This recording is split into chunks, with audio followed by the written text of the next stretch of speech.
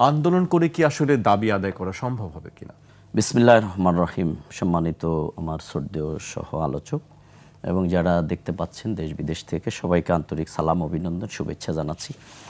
আজকের আমাদের এই আন্দোলন কিন্তু হচ্ছে জনগণের অধিকার আদায়ের আন্দোলন। আমরা এটা কার পক্ষে আর কার বিপক্ষে এটা আমরা জানতে চাচ্ছি না এবং বলতেও চাচ্ছি না। যারা এই সরকারে থাকেন তাদের কাছে তাদেরকে টার্গেট করে বরাবর আন্দোলন হয়, নো ডাউট। যেহেতু একটা সরকার এখন আছেন, সুতরাং সেই সরকারের কাছেই আমাদের এই দাবি দেওয়ার আন্দোলন, অবশ্যই নো ডাউট। এখানে আপনাকে করতে হবে যে বলা হচ্ছে যে নির্বাচনকে বানচাল করার জন্য, যেটি না, আমাদের প্রথম দাবিটাই হচ্ছে ফেব্রুয়ারিতে অবাধ সুষ্ঠু নির্বাচন নিশ্চিত করতে হবে। এটা হচ্ছে আমাদের দাবি। সুতরাং নির্বাচন বানচাল করার কোনো প্রশ্নই আসে না এবং সেই দাবির মধ্যে সেটিকে নিশ্চিত করবার জন্য লেভেল প্লেইং ফিল্ড নিশ্চিত করতে হবে। আমরা উভয় পক্ষে সংসদের আমরা পিআর পদ্ধতি চাচ্ছি এবং ফ্যাসিবাদের যে জুলুম নির্যাতন, দুর্নীতি, সন্ত্রাস, গুম খুন, আয়নাগর, গোটা বাংলাদেশকে যেই বলা যায় 15-16 বছর যে একটি অস্থিতিশীল জায়গায় এসে বিগত ফ্যাসিবাদীরা নিয়ে গিয়েছে, সেগুলোর আমরা বিচার চাচ্ছি এবং এগুলোর একটি ফয়সালা হতে হবে। হ্যাঁ, সেগুলোর কার্যক্রম অব্যাহত। পাশাপাশি এখানে আমাদের অন্যতম দাবি হচ্ছে যে ফ্যাসিবাদের দোসর যারা ছিলেন বিগত দিনে এখানে যে 15 বছরের আমাদের ডেমোক্রেটিক্যাল রাইট, আমাদের কনস্টিটিউশনাল রাইটগুলো যে এখানে কেড়ে নেওয়া হয়েছে, আমরা হারুন ভাই আমরা তো রাজপথে একসাথেই ছিলাম, আমরা তো রাস্তায় দাঁড়াইতে পারিনি, আমাদের গুম করে ফেলা হতো, খুন করে ফেলা হতো, আমাদের হাজার হাজার নেতাকর্মীদেরকে গুম করা হয়েছে, খুন করা হয়েছে, লক্ষ লক্ষ গায়েবী মামলা দেওয়া হতো, যে রাস্তায় ছিল তারও মামলা, যে ওখানে ছিল না তারও মামলা। সুতরাং এই যে দোসর যারা ছিলেন, এর অন্যতম আওয়ামী লীগ পালিয়েছে, কিন্তু এর অন্যতম দোসর হচ্ছে জাতীয় পার্টি, যারা ভারত থেকে এসে বলছে সাংবাদিকদেরকে যে ভারত যদি আমাকে না বলে তাহলে আমি কিছু বলবো না। এই ছিল বাংলাদেশের জাতীয় পার্টির অবস্থা। এবং 14 দল যারা ছিলেন, বিশেষ করে এখন তিনি কারাগারে আছেন আপনার রাশেদ খান মেনন, বিশেষ করে ইনু সাহেব, প্রতিদিন তার বক্তব্য ছিল বেগম খালেদা জিয়ার বিরুদ্ধে, যিনি আপোষের নেত্রী, যিনি বাংলাদেশের কোনো কম্প্রোমাইজের রাজনীতি তিনি করেন নাই। প্রতিদিন তার প্রতি ক্ষণে ক্ষণে ছিল জামাত শিবিরের বিরুদ্ধে তার অবস্থান। সুতরাং আমরা বলছি যে তাদের বিচার হতে হবে। আমার মনে হয় এই জায়গায় আমাদের কোনো বিরোধ নেই। হ্যাঁ, কিছু ব্যাপারে রাজনৈতিক জায়গা থেকে কোনো দল চাইবে, কোনো দল চাইবে না, এটা স্বাভাবিক হতে পারে। বিএনপি মোটা দাগে যে জাতীয় পার্টির যে প্রক্রিয়ার কথা বলছে যে আইনি প্রক্রিয়ার মাধ্যমে তাদের, হ্যাঁ অবশ্যই আওয়ামী লীগ আইনি প্রক্রিয়ার মাধ্যমে কিন্তু নিষিদ্ধ হয়েছিল, কিন্তু রাজপথে আমরা ছিলাম। সেই ক্ষেত্রে বিএনপির অবস্থান কি ছিল সেটা বিএনপি ভালো জানে, জাতি সেটা দেখেছে। কিন্তু জাতীয় পার্টিকে নিষিদ্ধ করার প্রশ্নে অথবা তাদেরকে টিকিয়ে রাখতে হবে, এটি যদি বিএনপির স্ট্যান্ড হয়, আমি জানি না, তাহলে এটা তাদের জন্য একটা ড্যামেজিং পলিটিক্স হবে। এই দেশের আধিপত্যবাদী শক্তির পক্ষে যারা থাকবে তাদের কোলে গিয়ে কেউ যদি ক্ষমতা পেতে চায়, আর যদি কেউ জাতীয় পার্টি সহ দোসর যারা ছিলেন তাদেরকে টিকিয়ে রেখে ক্ষমতায় যেতে চায়, সেটি জামাত ইসলামী হোক, সবার জন্য ড্যামেজিং হবে। কারণ এরাই কিন্তু এখানে ক্ষতটা তৈরি করেছে। বিগত দিনের আমাদের লুটপাটের রাজনীতি, হত্যার রাজনীতি, গণতন্ত্র, আমাদের যে অধিকার কেড়ে নেওয়ার রাজনীতি, সব কিন্তু তারা করেছে। সুতরাং সেই দোসরদেরকে আপনি টিকিয়ে রাখে আপনি ক্ষমতাকে খুব সুন্দরভাবে জনগণের মধ্যে আপনি শাসন ক্ষমতা পরিচালনা করেন, ইটস কোয়াইট ইম্পসিবল। কারণ আওয়ামী লীগ কোনো রাজনৈতিক দল না, আপনাকে এটা বুঝতে হবে। বিএনপি রাজনৈতিক দল, জামাত ইসলামিক রাজনৈতিক দল, অন্য ইসলামিক দলগুলো রাজনৈতিক দল, সহনশীলতার রাজনীতি করে, গণতন্ত্রের রাজনীতি করে, মানুষের জন্য রাজনীতি করে। এই বিএনপি তো আন্দোলনের মুখে কিন্তু কেয়ারটেকার সরকার দিয়েছিল এবং খুবই চমৎকারভাবে সংসদে নিয়ে এসে বেগম খালেদা জিয়া দিয়েছিলেন। কিন্তু আমরা কি যেই আওয়ামী লীগ এই কেয়ারটেকার সরকারের মাধ্যমে ক্ষমতা এসেছিল তারা সেটিকে গলা টিপে হত্যা করে নাই, বরং আওয়ামী লীগের লোকেরাও বলেছিল যে কেয়ারটেকার সরকার আরও 2 টার্ম থাকা উচিত।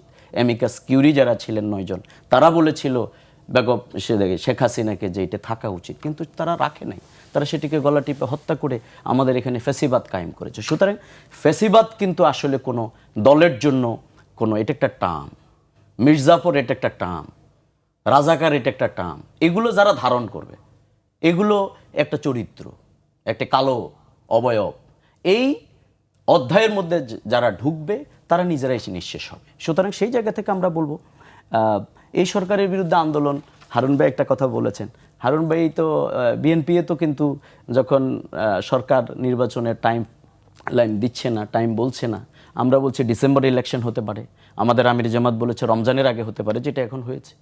আমরা বলেছি যে সরকার যদি সংস্কার বিচার কার্যক্রম সমাপ্ত করে যদি মনে করে আরও কিছু দিক, যেখানে 15 বছরই ছিল না, সেখানে ফ্যাসিবাদের মতো, শেখ হাসিনার মতো আরেকটি কালো অধ্যায়ের নির্বাচন আমরা প্রত্যাশা করি না, দেশের মানুষ চায় না। সুতরাং তখন কিন্তু বিএনপি কিন্তু বলেছিল যে যমুনা ঘেরাও করা হবে এবং এই সরকারের বৈধতা নিয়ে প্রশ্ন তুলেছে। ডক্টর ইউনূস কে, ডক্টর ইউনূস কোত্থেকে এসছেন, তার কি পরিচয়, এগুলো বিএনপি নেতৃবৃন্দ বলেছেন, কিন্তু আমরা বলিনি। আমরা বলেছি যে না, এই সরকার আমাদের সরকার, কিন্তু সরকার ব্যর্থ অথবা সফল, সেটা this is the another discussion. কিন্তু আমাদের আন্দোলনের মাধ্যমে এই সরকার এসেছে, তাদেরকে বসানো হয়েছে, এখন তাদেরকে সবাই সহযোগিতা করে আমাদের মূল জায়গায় নিয়ে। তো আমাদের মূল দাবিটা হচ্ছে আপনার এই 5টি দাবির অন্যতম হচ্ছে যে আপনার করতে হবে জুলাই সনদকে আইনি, জুলাই সনদ, পিআর পদ্ধতি। হ্যাঁ, জুলাই সনদকে আইনি ভিত্তি যদি না দেয়া হয়, তাহলে এই সরকারের কি নাম? এই সরকার কোত্থেকে এসছে? এটা কি কনস্টিটিউশনাল গভর্নমেন্ট? নো। কনস্টিটিউশন অনেকে বলে সংবিধানের আলোকে রাষ্ট্র চলছে। সংবিধানের আলোকে যদি রাষ্ট্রই পরিচালিত হয়, তাহলে সুপ্রিম কোর্টের মতামত নেওয়া হলো কেন? অবশ্যই সংবিধানের আলোকে পরিচালিত কোনো রাষ্ট্র না। অন্তর্বর্তীকালীন শব্দ সরকারের সংবিধানে কোথাও নেই। সুতরাং এই সরকার, এই যে ছাত্র, তরুণ ছাত্র জনতার রক্তের মধ্য দিয়ে যে বাংলাদেশ, রিকশাওয়ালা শ্রমিকদের শাহাদাতের মাধ্যমে যে বাংলাদেশ, সে বাংলাদেশকে অবশ্যই আপনার আইনি ভিত্তির উপর দাঁড় করাতে হবে। আপনার ওই ফ্যাসিবাদী বন্দোবস্ত এই সংবিধানকে, এই রাষ্ট্রকে, এই পদ্ধতিকে কিন্তু ওন করে না। সুতরাং মানুষের আন্দোলন ছিল তার বিরুদ্ধে। আমি লাস্ট কথা বলে শেষ করতে চাই, ইসলামী দলগুলোর যে ঐক্য, বাংলাদেশের যে প্রবলেমগুলো, সেটি হচ্ছে বাংলাদেশে এখানে দুর্নীতি, সন্ত্রাস, অপরাজনীতি, সামাজিক অবক্ষয়, এর কোনোটার সাথে কিন্তু ইসলামী দলগুলো জড়িত না। পার্সোনালি আমার দুর্বলতা থাকতে পারে, কিন্তু এই দলগুলো সমাজকে পিউরিফাইড করবার জন্য, রেকটিফাই করবার জন্য দারুণ ভূমিকা পালন করে। মানুষকে পরিশুদ্ধ জীবনের দিকে নেবার জন্যে, চারিত্রিক উন্নয়নের জন্যে, আল্লাহ রাসূলের জীবনটাকে তারা অনুসরণ করবার জন্য বিরাট ভূমিকা পালন করে। সুতরাং সেই জায়গায় বাংলাদেশ যেহেতু 90% মুসলমান, সুতরাং এই ঐক্যটা এখানে হওয়াটা খুব স্বাভাবিক। এবং এটা আজকে না, ব্রিটিশ বিরোধী আন্দোলনে ছিল। এখানে আপনি জানেন 149টি মুভমেন্ট হয়েছে, আমি যতটুকু পড়ালেখা করেছি। হাজী শরীয়তুল্লাহর আন্দোলন, ফরাইজি আন্দোলন, সব আন্দোলন। দাবিগুলো কি আদায় করা সম্ভব হবে, আপনি কি মনে করেন? আমরা তো মনে করি যে দাবিগুলো দেয়া হয়েছে, এগুলো সবই যৌক্তিক দাবি এবং বাংলাদেশের জনগণের দাবি, মানুষের প্রত্যাশা। দেখেন, পিআর পদ্ধতি, কেয়ারটেকার সরকার কিন্তু বাংলাদেশ জামাত ইসলামী এটার প্রবক্তা, অধ্যাপক গোলাম আজম ভাষা সৈনিক, কিন্তু পিআর পদ্ধতির প্রবক্তা তো আমরা না। এটা পৃথিবীর 99টা অথবা 133টা কান্ট্রিতে সেমি পিআর পদ্ধতি আছে। আমরা বলেছি যে এই পিআর পদ্ধতিটা যেই কারণে হওয়া দরকার, সেটি নিয়ে is the discussional matter, political inside in our discussion. সেটা হতে পারে, যেমন আপনি যদি মনে করেন 1% ভোটে আমি 3 জন সংসদ সদস্য দেব না, পৃথিবীর অনেক জায়গায় 5% আছে, আমি পড়ালেখা করেছি। সুতরাং এই জায়গাগুলো আপনি ডিসকাশন করে আপনি ঐক্যমতের জায়গায় বুঝতে পারেন।